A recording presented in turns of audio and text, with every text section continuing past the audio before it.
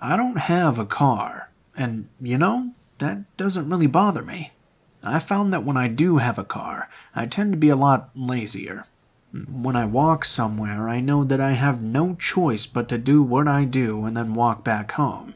Make the most of the time if you're using most of your energy.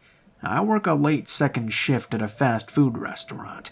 It's about 4 miles from my house, and yeah, I know that's quite a long way, but after doing it for a while, I really got used to it. I'd walk to work, clean up, and then walk home after. If anything, it kept me from gaining too much weight from all of the McRibs I ate in the wintertime. Every now and then, a good person would see me walking, pull over, and offer me a ride. I rarely accepted it, though. I would tell the driver I was doing it for the exercise, and keep walking along. Every once in a while, though, I would accept the ride if I felt like I really needed it that day. The night that this happened, I had worked a particularly busy day at work.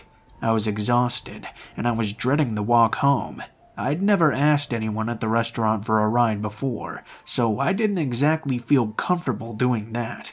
Instead, at 3 a.m., I set off for the long walk back to my little apartment. To set the scene, there was no moon in the sky this night, plus it was warm and very windy. If I had to guess, it was a good 21-mile-per-hour wind. That always blew when it happened when I was walking against the wind. The roads were quiet. Once I got past the sidewalk area, it was a bit of a rougher walk. In that stretch of road, it was mostly just wooded area. However, when I was coming up close to a road I turned on, there were a couple of parking lots for a factory, a DMV, and a gas station. They were all along the right side of the road. I was walking on that side of the road as well. As I was walking along, I heard a vehicle approaching from behind me. I turned and saw this really old, beat-up and little pickup truck trundling along the road. The speed limit was 45 miles an hour, but he was lucky to have been going 25. He passed me up. I was half expecting him to pull over and offer me a ride. I did get a whiff of a nasty smell as the truck drove by, and was immediately happy that he didn't. What was strange, though, was that the truck then turned into the first parking lot in front of me. He turned around in that lot. Of course, I thought maybe he was turning around and coming back to pick me up, but he pulled out of the parking lot and continued going the way he was going before he'd pulled into it. I thought this was weird. However, I also figured he probably just made a mistake pulling into the wrong place. Strangely enough, he pulled into the immediate next parking lot as well. He then proceeded to do the exact same thing as before. He pulled in, turned around in the lot, and then continued to drive along in the same direction. He did this at least 4 times. After the 4th, he pulled in and sat by the side of the road. I was pretty apprehensive at this point. The driver was acting really weird, and he was parked right along the side of the road, right before the road I had to turn on. I would have had to walk by this truck if he didn't drive away first. I was just hoping that he would. I kept getting closer and closer to the truck, whilst he just sat there. I walked through the parking lots and the grass, trying to keep as far away from that side of the road as possible. When I passed the truck, I was probably a good 10 feet to the right of it. I kept wanting to turn and look at it, but I didn't. Instead, I just walked over to the road that I was supposed to turn on, and then I turned. When I turned, the truck pulled off the side of the road, and then turned on the road that I turned on. This was really weird to me, and I was beginning to get nervous, but that nervousness was not nearly as bad as I felt when the truck drove up in front of me and pulled over onto the side of the road. This time, when I passed it on the right, the driver yelled at me and asked if I needed a ride. There was no way I was going to accept it. I just turned to the car, told the guy no thank you, and tried to get on my way. When I had walked for a little while, the guy pulled off the side of the road and pulled in front of me again. This forced me to walk past him, and when I did, he asked me if I was really sure I didn't want a ride. He told me it was no problem. I confirmed that I didn't. Once I had walked in front of him again, while he sat there, he did this once more. This time he pulled in a way that blocked me from walking on the side of the road. He offered me a ride yet again, telling me it was quite windy out, and I'd get home faster this way. This time, he turned on the light inside of his little pickup. If I was nervous before, I was even more nervous now.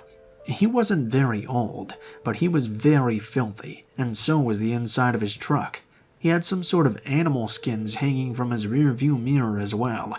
One of his eyes was obviously a glass eye. The front of the pickup was filled with trash, and I noticed he had a big red-stained knife sitting on his dashboard. A quick look in the back of the truck revealed a lot of trash, and what I expected were several pieces of roadkill. I declined the ride again.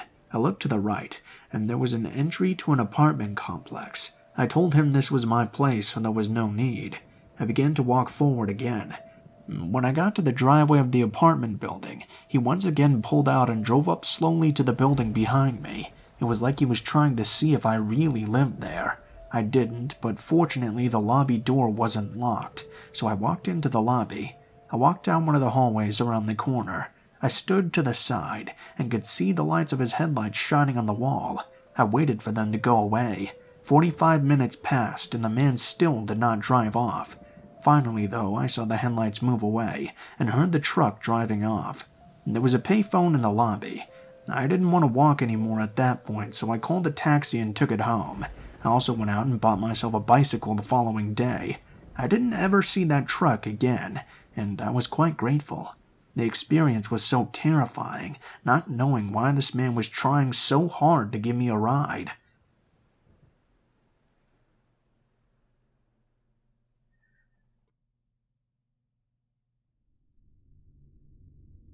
I've always had problems sleeping. It was probably worse when I was a teenager than it is now. I was a teenager back when this all happened, actually. My parents didn't really have a lot of money, so summers were pretty miserable. We couldn't afford an air conditioner. I can't tell you how many days I would be lying in bed, hot, sweaty, awful, and unable to sleep. A lot of times, in order to wear myself out and really enjoy a few cool breezes, I would get up in the middle of the night and take a walk. Everyone in my house was already asleep, and I was able to get out quietly. I would then just walk around. I wouldn't always know where I was walking to. It was aimless, really. The town I lived in was pretty small, and it definitely had no nightlife, so when I walked around the neighborhoods and streets of the town, I was usually by myself. Only an occasional car would pass by. The night this happened, it was particularly hot outside. I was laying in bed, sweating even with a box fan pointed right at me. I'd probably tossed and turned for over 2 hours, completely unable to sleep. Turning and looking at the clock, I saw it was 1 a.m. I groaned, turned over, and got out of bed. I knew this was going to be a rough night, so I decided to head outside. It was refreshing outside that night, actually. There was a really nice, cool, and consistent breeze. It didn't keep me from sweating, however. Hell, I sweat so bad I could look at a picture of a desert and begin to sweat, but it was still better than being inside the house at least. As usual, there really wasn't anyone around. The occasional car would drive by me, but that was all. I was walking on the right sidewalk. As I was, I strangely saw a person coming up towards me in the distance. I was a little surprised too, but at first I didn't think too much about it. I couldn't always be out here and expect to be the only person. Plus, the person was on the other side of the street. I tried not to pay attention to this person, but as he got closer, I started to notice something. He was wearing a mask. It was one of those clear-faced masks. My heart did beat a little faster, because I wasn't immediately super alarmed. However, as I began to get closer to him, he stopped walking and started staring at me. This made me feel very uncomfortable as I began walking in the direction towards him. His face followed me as I walked towards him and then past him. His face followed me the entire time. I thought maybe it was just some random guy trying to be scary. You know how people can be like that. So I just hoped he would go on his merry way. And when I passed and took a glance around, however, I looked back and saw that although he'd stayed on his side of the street, he had immediately turned around and began walking in the same direction as me, and he was still staring right at me. My heart began beating harder. I was a bit worried now. I wasn't scared yet, really, but it was clear the situation was going to turn unpleasant. I still thought it was just someone trying to scare me, though. so I did my best to keep calm. The next time I came to a street, I decided to turn down it, and when I did, the man crossed the road, so he was definitely following behind me. Now I was scared. I was pretty unsure what to do. The guy was clearly following behind me, although he wasn't going too fast. I began to walk faster. I still wasn't completely terrified yet, though. There was a small 24-hour gym in my area. Because I lived in such a small town, there weren't workers there at night. To get in, you had to use a card scanner. My family had a family membership, and I had brought my wallet with me. I decided I was going to try and walk to the gym, which wasn't that far away, and hide inside. The man kept following me, and even picked up the pace, but he still wasn't running. I matched his pace, and walked faster, but when I turned on the short road that the gym was on, I broke down and started hauling ass. While I was running, I reached into my pocket and grabbed my wallet so I had my key card out in advance. I got to the parking lot, not daring to look behind myself. When I reached the door, I scanned the card, hopped in, and quickly slammed it shut behind me. I turned around and saw the man. He had followed me the entire way. He was standing only about 15 feet from the door of the gym. He stood there, staring at me for a few moments. He took 2 steps closer, reached under his shirt, and pulled something out. It was a large knife.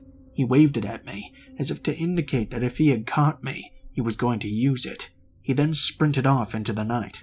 I called the police and explained what happened. They came to the gym and gave me a ride home. We couldn't identify the guy, though, because of the mask. I have no idea if he ever hurt anyone else or not. All I can do is hope he didn't.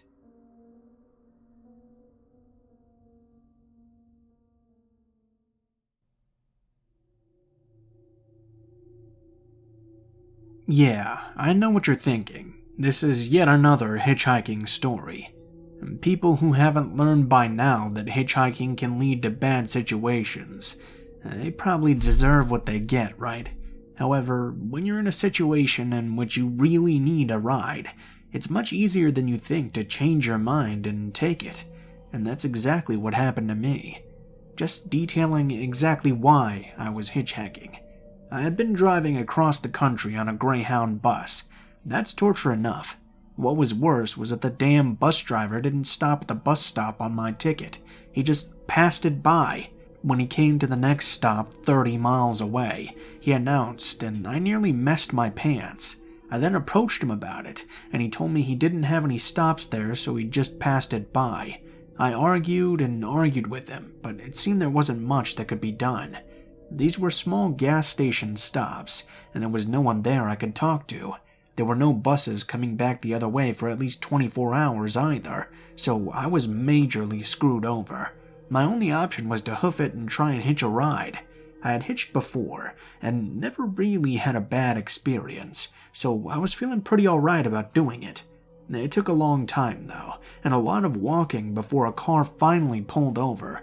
I got into it and thanked the man in the car. He seemed pretty normal at first, and we actually had an interesting conversation. I was happy and thankful he wasn't some sort of freak. He probably took me a good 20 miles before things finally started to get a little weird. He asked me if I lived in the town he was taking me to. I told him that no, I didn't, but I was on the way to stay with a friend for a few months. The guy was quiet for a moment before asking me if I wanted to come to his place and stay there instead. The question caught me off guard, and I told him no. I was happy where I was going. I couldn't believe that someone I knew for 20 minutes would just suddenly ask me that. The man didn't give up, though. He began telling me how much better I would like it at his place. He told me he had a big basement in his home. It had a steep staircase. He told me I would have a really nice time staying in his basement. He emphasized the word staying, and that sent a chill down my spine. I let him know that I appreciated the offer, although obviously I actually didn't. I was looking forward to going and seeing my friend, but that was okay. The man countered, telling me that I could stay with him for a week before going and seeing my friend. He told me again that I would have a good time staying in his basement. He kept talking about the basement on, and it was so weird, seriously creeping me out. This went back and forth a few times, and the asking never stopped.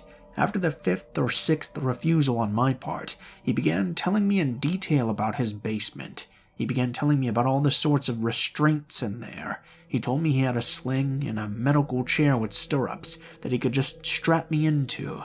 He said he even had a bondage rack. It was then that I just had enough. Now please don't misunderstand me here. I'm actually gay myself, and I guess it may have been somewhat obvious to the guy after picking me up. I'm one of those guys you can pick out in a crowd. But even if I was into that sort of thing, I wasn't going to go there with someone I met 20 minutes before. I insisted then and several times that the man let me out of his car. Several times he refused, still trying to convince me. After several requests, he slammed the gas, and the car lurched forward. He went faster and faster, until I knew for sure he was going well over 100 miles per hour. He was angry. His face was red, but he said nothing. Then he began pushing on the brake, slowing down before hitting the brake hard. Thank God I always wear my seatbelt, or I may have been thrown through the window and killed. Then the man turned to me. His face was red, and he had slobber around the corners of his mouth. He began screaming at me to get the hell out of his car. He told me to hurry up and get out before he killed me. I reached into his back seat to grab my bag, and as I did, he pushed me a bit. Fortunately, I was able to get my bag and get out of the car. Right when I stepped out, and before I could close the door, the man took off driving with the door still open. In no time, he just disappeared. I walked the rest of the way to my friend's house. He told me I should have known better than to hitchhike. He asked why the hell I didn't just call him and ask for a ride. I didn't have a cell phone, and there aren't payphones anymore around there. He shook his head and told me the gas station attendant probably would have let me call. I realized he was right, but in hindsight, well, you know.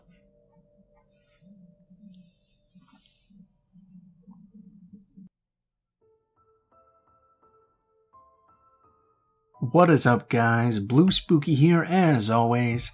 Thank you guys so much for watching, especially if you made it this far to the end of the video. All the copyright strikes are removed now, so we can get back to business as usual. I'm sorry I haven't been posting as much lately. I've just been really distracted with Monster Hunter Rise, I'll say. But I will get back to posting normally as soon as possible. Thanks to my friend KillerOrangeCat for letting me use the stories from his subreddit in this video. He's been helping me a lot by letting me use some of his stories lately, so be sure to check him out. I'll leave a link to his stuff in the description, and he does really good scary stories as well. They're all really unique, and most of them are original because he gets them himself personally through doing interviews and stuff, so if you guys would like to send in a story or you have a story you'd like me to read, links to all of my social media will be in the description below, including links to my Gmail, Facebook, and Twitter accounts.